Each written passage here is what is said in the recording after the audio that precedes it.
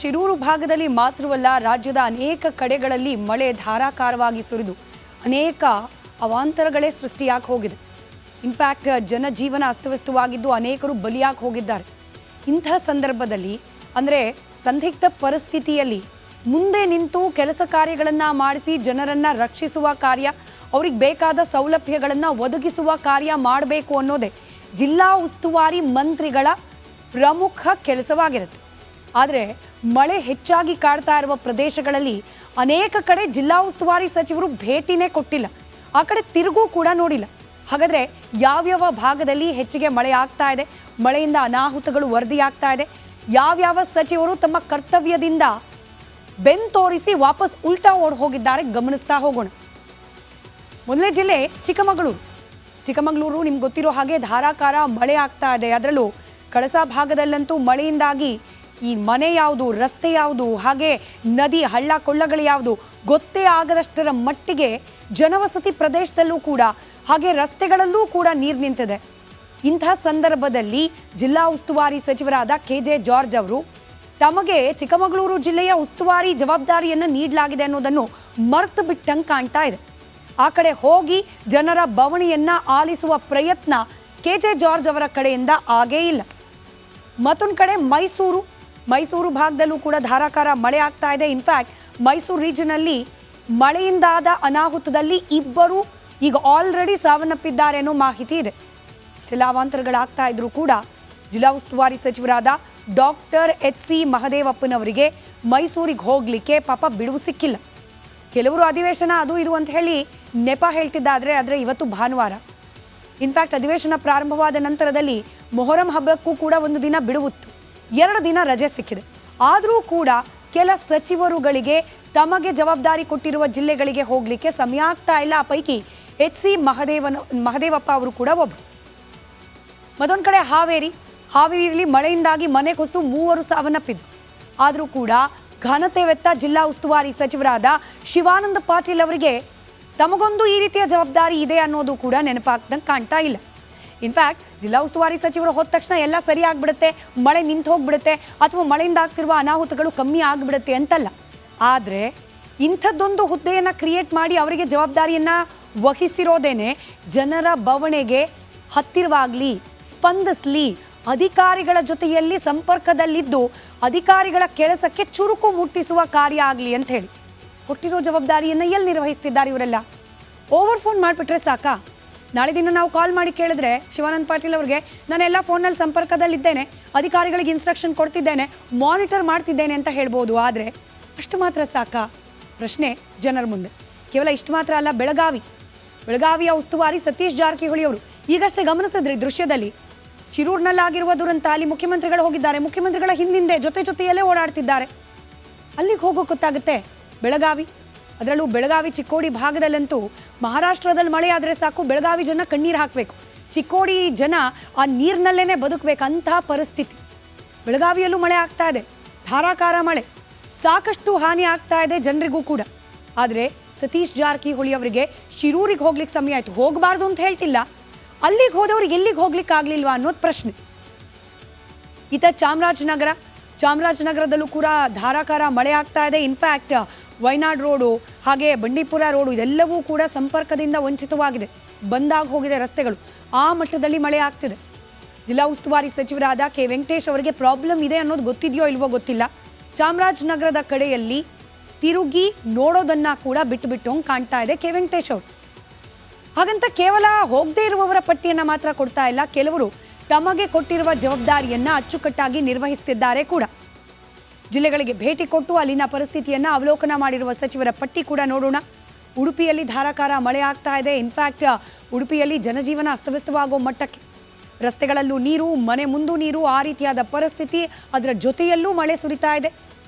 ಜಿಲ್ಲಾ ಉಸ್ತುವಾರಿ ಸಚಿವೆ ಲಕ್ಷ್ಮೀ ಹೆಬ್ಬಾಳ್ಕರ್ ಹೋಗಿದ್ದಾರೆ ಉಡುಪಿಗೆ, ಸಭೆ ನಡೆಸಿದ್ದಾರೆ, ವಸ್ತುಸ್ಥಿತಿಯ ಬಗ್ಗೆ ಮಾಹಿತಿ ಪಡೆದಿದ್ದಾರೆ. ಕಡಲ್ ಕೊರೆತ ಆಗ್ತಾ ಇರುವ ಬಗ್ಗೆ ಕೂಡ ವಿಶೇಷವಾಗಿ ಅಧಿಕಾರಿಗಳಿಂದ ಇದಕ್ಕೆ ಪರಿಹಾರ ಅಂತ ಹೇಳಿ ಏನು ಮಾಡಬಹುದು ಅನ್ನೋದ್ರ ಬಗ್ಗೆ ಮಾಹಿತಿಯನ್ನು ಇವತ್ತು ಸಂಪಾದನೆ ಮಾಡಿದ್ದಾರೆ. ಗದಗ ಭಾಗದಲ್ಲಿ HK ಪಾಟೀಲ್ ಸಾಹೇಬರು ಹೋಗಿ ಮಳೆಯಿಂದಾದ ಸಮಸ್ಯೆ ಹಾಗೆ ಅತಿ ಹೆಚ್ಚಾಗಿ ಹಾನಿಗೀಡಾದ ಪ್ರದೇಶಕ್ಕೆ ಖುದ್ದು ಹೋಗಿ ಅಲ್ಲಿನ ಜನರಿಗೆ ಧೈರ್ಯ ಹೇಳೋ ಕೆಲಸ ಮಾಡಿದ್ದಾರೆ. ಹಾಸನ ಜಿಲ್ಲಾ ಉಸ್ತುವಾರಿ ಸಚಿವರು ಕೆಎನ್ ರಾಜಣ್ಣ ಅವರು ಕೂಡ ಭೇಟಿ ಕೊಟ್ಟಿದ್ದಾರೆ. ಜನರ ಸಮಸ್ಯೆಗೆ ಸ್ಪಂದಿಸಿ ಅಂತ ಹೇಳಿ ಅಧಿಕಾರಿಗಳಿಗೆ ಕಿವಿ ಮಾತು ಹೇಳಿದ್ದಾರೆ. ಶಿವಮೊಗ್ಗದಲ್ಲೂ ಕೂಡ ಧಾರಾಕಾರ ಮಳೆ. ಜಿಲ್ಲಾ ಉಸ್ತುವಾರಿ ಸಚಿವರು ಮಧು ಬಂಗಾರಪ್ಪ ಅವರು ಕೂಡ ಜಿಲ್ಲೆ ಪ್ರವಾಸ ಮಾಡಿದ್ದಾರೆ. ಮಳೆಯಿಂದ ಹಾನಿಗೀಡಾದ ಪ್ರದೇಶ, ಅದರಲ್ಲೂ ರೈತಾಪಿ ವರ್ಗ, ಮಳೆಯಿಂದ ಬೆಳೆಯನ್ನ ಕಳ್ಕೊಳ್ಳೋ ಆತಂಕದಲ್ಲಿರುವ ರೈತರಿಗೆ ಧೈರ್ಯ ತುಂಬೋ ಕೆಲಸವನ್ನ ಮಾಡಿದ್ದಾರೆ. ದಕ್ಷಿಣ ಕನ್ನಡ ಹೇಳೋದೇ ಬೇಡ, ಧಾರಾಕಾರ ಮಳೆ. ಕರಾವಳಿ ಭಾಗ, ದಿನೇಶ್ ಗುಂಡೂರಾವ್ ಅವರು ಕೂಡ ಜಿಲ್ಲಾ ಪ್ರವಾಸವನ್ನು ಕೈಗೊಂಡಿದ್ದಾರೆ. ಅಧಿಕಾರಿಗಳ ಜೊತೆಯಲ್ಲಿ ಸಂಪರ್ಕದಲ್ಲಿದ್ದಾರೆ. ಉತ್ತರ ಕನ್ನಡ ಮಂಕಾಳು ವೈದ್ಯ ಅವರು ಕೂಡ ಜಿಲ್ಲಾ ಪ್ರವಾಸ ಮಾಡಿದ್ದಾರೆ. ವಸ್ತುಸ್ಥಿತಿ ಬಗ್ಗೆ ಒಂದಷ್ಟು ಮಾಹಿತಿಯನ್ನ ಕಲೆ ಹಾಕ್ತಿದ್ದಾರೆ. ಹೋದವರಿಗೆ ನಮ್ಮ ಕಡೆಯಿಂದ ಒಂದು ಸ್ಪೆಷಲ್ ಥ್ಯಾಂಕ್ಸ್. ಹೋಗದೇ ಇರುವವರಿಗೆ ಏನೇನೋ ನೆಪ ಹೇಳಿ ಅಧಿವೇಶನವನ್ನು ಕೂಡ ಗೈರಾಗಿ ಅಂತ ಹೇಳಿ ನಾವು ಹೇಳ್ತಿಲ್ಲ, ಬಟ್ ಜಿಲ್ಲೆಯ ಜನರ ಬವಣೆಗೆ ಸ್ಪಂದಿಸುವ ಜವಾಬ್ದಾರಿ ನಿಮ್ಮದು. ಅದರ ಬಗ್ಗೆ ಈಗಲಾದರೂ ಎಚ್ಚೆತ್ತುಕೊಳ್ಳಿ ಅನ್ನೋ ಚಿಕ್ಕ ಸಲಹೆ, ಮನವಿ. ಇವತ್ತು ಈ ಘಟನಾ ಸ್ಥಳಕ್ಕೆ ಭೇಟಿಯನ್ನ ನೀಡಿದ ಮುಖ್ಯಮಂತ್ರಿ ಸಿದ್ದರಾಮಯ್ಯ ಅವರು ಸಭೆ ಕೂಡ ನಡೆಸಿದರು. ಉತ್ತರ ಕನ್ನಡ ಜಿಲ್ಲೆಯಲ್ಲಿನ ನೆರೆ ಕುರಿತು ಮುಖ್ಯಮಂತ್ರಿ ಸಿದ್ದರಾಮಯ್ಯ ನೇತೃತ್ವದಲ್ಲಿ ಅಧಿಕಾರಿಗಳ ಜೊತೆಯಲ್ಲಿ ಸಭೆಯನ್ನ ನಡೆಸ್ತಾ ಇದ್ದಾರೆ. ಕಾರವಾರದ ಜಿಲ್ಲಾ ಪಂಚಾಯತ್ ಸಭಾಂಗಣದಲ್ಲಿ ನೌಕಾದಳ ಹಾಗೆ ಕೆಪಿಸಿ ಜಿಲ್ಲಾಡಳಿತದ ಅಧಿಕಾರಿಗಳ ಸಭೆಯನ್ನ ಮಾಡ್ತಾ ಇದ್ದು ನೆರೆ ಹಾಗೂ ಗುಡ್ಡ ಕುಸಿತದ ಬಗ್ಗೆ ಮಾಹಿತಿಯನ್ನ ಪಡೆದುಕೊಳ್ತಿದ್ದಾರೆ. IRB ವಿರುದ್ಧ ಕಿಡಿಕಾರಿದ್ದಾರೆ ಮುಖ್ಯಮಂತ್ರಿಗಳು. ಕೆಲಸ ಆಗದೆ ಹೋದ್ರೂ ಕೂಡ ಟೋಲ್ ಅನ್ನ ಸಂಗ್ರಹ ಮಾಡ್ತಿದ್ರಂತೆ. ರಸ್ತೆ ಕಾಮಗಾರಿ ಇನ್ನೂ ಕಂಪ್ಲೀಟೇ ಆಗಿಲ್ಲ, ಅಷ್ಟು ಬೇಗ ಟೋಲ್ ಸಂಗ್ರಹ ಮಾಡಲಾಗ್ತಾ ಇತ್ತು. ಇದಕ್ಕೆ ಮುಖ್ಯಮಂತ್ರಿ ಸಿದ್ದರಾಮಯ್ಯ ಅವರು ಕೆಲಕಾಲ ಕೋಪಗೊಂಡು ಸಿಡಿಮಿಡಿ ಮಾಡಿದ್ದಾರೆ ಅಧಿಕಾರಿಗಳ ಮೇಲೆ ಅನ್ನೋ ಮಾಹಿತಿ ಸದ್ಯಕ್ಕೆ ಈಗ ನಡೀತಾ ಇರುವ ಈ ಸಭೆಯಿಂದ ದೊರೆತಿದೆ.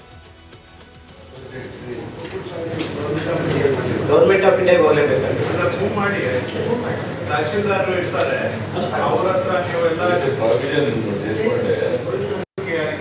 ಶಿಫ್ಟ್ ಆಗಲಿಕ್ಕೆ ತಯಾರಿದ್ದಾರೆ. ಅವರು ಕೇಳ್ತಾ ಇರೋ ಜಾಗ ಫಾರೆಸ್ಟ್ ಅಲ್ಲಿ ಇದೆ.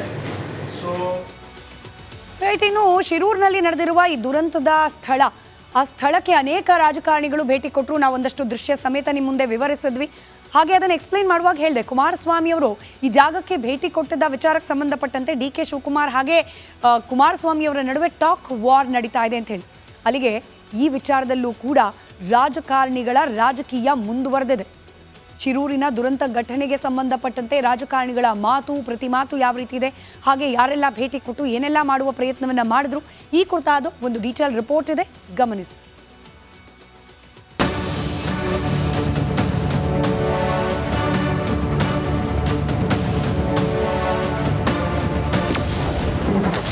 ರಕ್ಷಣಾ ಕಾರ್ಯಾಚರಣೆಗೆ ಆರ್ಮಿ ಎಂಟ್ರಿ.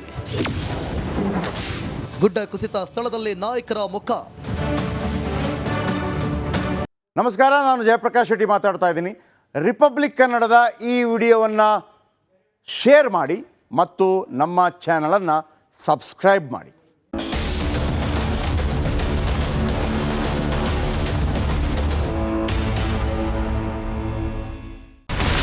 ಇಲ್ಲಿರುವಂತ ಈ ಒಂದು ಗುಡ್ಡ ಕುಸಿದ ಪರಿಣಾಮ ಯಾವ ರೀತಿಯಾಗಿತ್ತು ಅಂತಂದ್ರೆ, ಗಂಗಾವಳಿ ನದಿ ಪಕ್ಕದಲ್ಲಿರುವಂತಹ ಉಳುವರೆನ್ನುವ ಗ್ರಾಮ ಸಂಪೂರ್ಣವಾಗಿ ಇವತ್ತು ನಾಶ ಆಗಿದೆ. ಮನೆ ಮಠ ಏನಿಲ್ಲ, ಎಲ್ಲ ಹೋಗ್ಬಿಟ್ಟಿದೆ. ಇವತ್ತು ರಿಪಬ್ಲಿಕ್ ಕನ್ನಡ ಮಾಡಿದಂತ ಒಂದು ವರದಿಯಿಂದಾಗಿ ಎಚ್ಚೆತ್ತುಕೊಳ್ಳುವಂತ ಕೆಲಸ ಸರ್ಕಾರ ಮಾಡಿದೆ, ಸಚಿವರು ಕೂಡ ಮಾಡಿದ್ದಾರೆ. 2 ಗಂಟೆಗೆ ಸುದ್ದಿ ಮೂಡಿಸಿದ್ದು 6 ಗಂಟೆಗೆ ಎಲ್ಲ ಸಚಿವರು ಮಿನಿಸ್ಟರ್ ಎಲ್ಲ ಬಂದು ಇಲ್ಲಿ ನೋಡೋಗಿದ್ದಾರೆ. ಎಲ್ಲಾ ಜನರಿಗೂ 1,20,000 ಮತ್ತೆ ಅವರಿಗೆ ಮನೆಗೆ 5 ಲಕ್ಷ. ಈ ಸುದ್ದಿಯನ್ನ ಎಲ್ಲ ಒಂದು ಅಧಿಕಾರಿಗಳಿಗೆ ಮೂಡಿಸಿದ್ದಕ್ಕಾಗಿ ರಿಪಬ್ಲಿಕ್ ಕನ್ನಡ ಟಿವಿಗೆ ಧನ್ಯವಾದ ಹೇಳಿ ಇಷ್ಟಪಡ್ತೇವೆ. ಮನೆನೂ ಕೊಡ್ತೇವೆ, ಮಕ್ಕಳ ಶಿಕ್ಷಣಕ್ಕೆ ತೊಂದರೆ ಆಗದೆ ಇದ್ದಂಗೆ ಹೆಲ್ಪ್ ಮಾಡ್ತೇವೆ. 1,20,000 ಮನೆ ಯಾರ್ದ್ರ ಡ್ಯಾಮೇಜ್ ಆಗಿದೆ ಅದನ್ನ ಕೊಡ್ತೀವಿ ಅಂತ ಒಪ್ಕೊಂಡಿದ್ದಾರೆ. ನಮ್ಮ ಕಷ್ಟಕ್ಕೆ ನೀವು ರಿಪಬ್ಲಿಕ್ ಕನ್ನಡದವರಾದಂತ ನೀವು ನೆರವಾಗಿರ್ತ ನಾವು ನಂಬಿದ್ದೇವೆ. ಅವರಿಗೆ ಸೂರನ್ನ ಕಲ್ಪಿಸಿಕೊಡೋವರೆಗೂ ಕೂಡ ರಿಪಬ್ಲಿಕ್ ಕನ್ನಡ ಅವರಿಗೆ ಧ್ವನಿಯಾಗಿ ನಿಲ್ಲುವಂತ ಕೆಲಸವನ್ನ ಮಾಡುತ್ತೆ.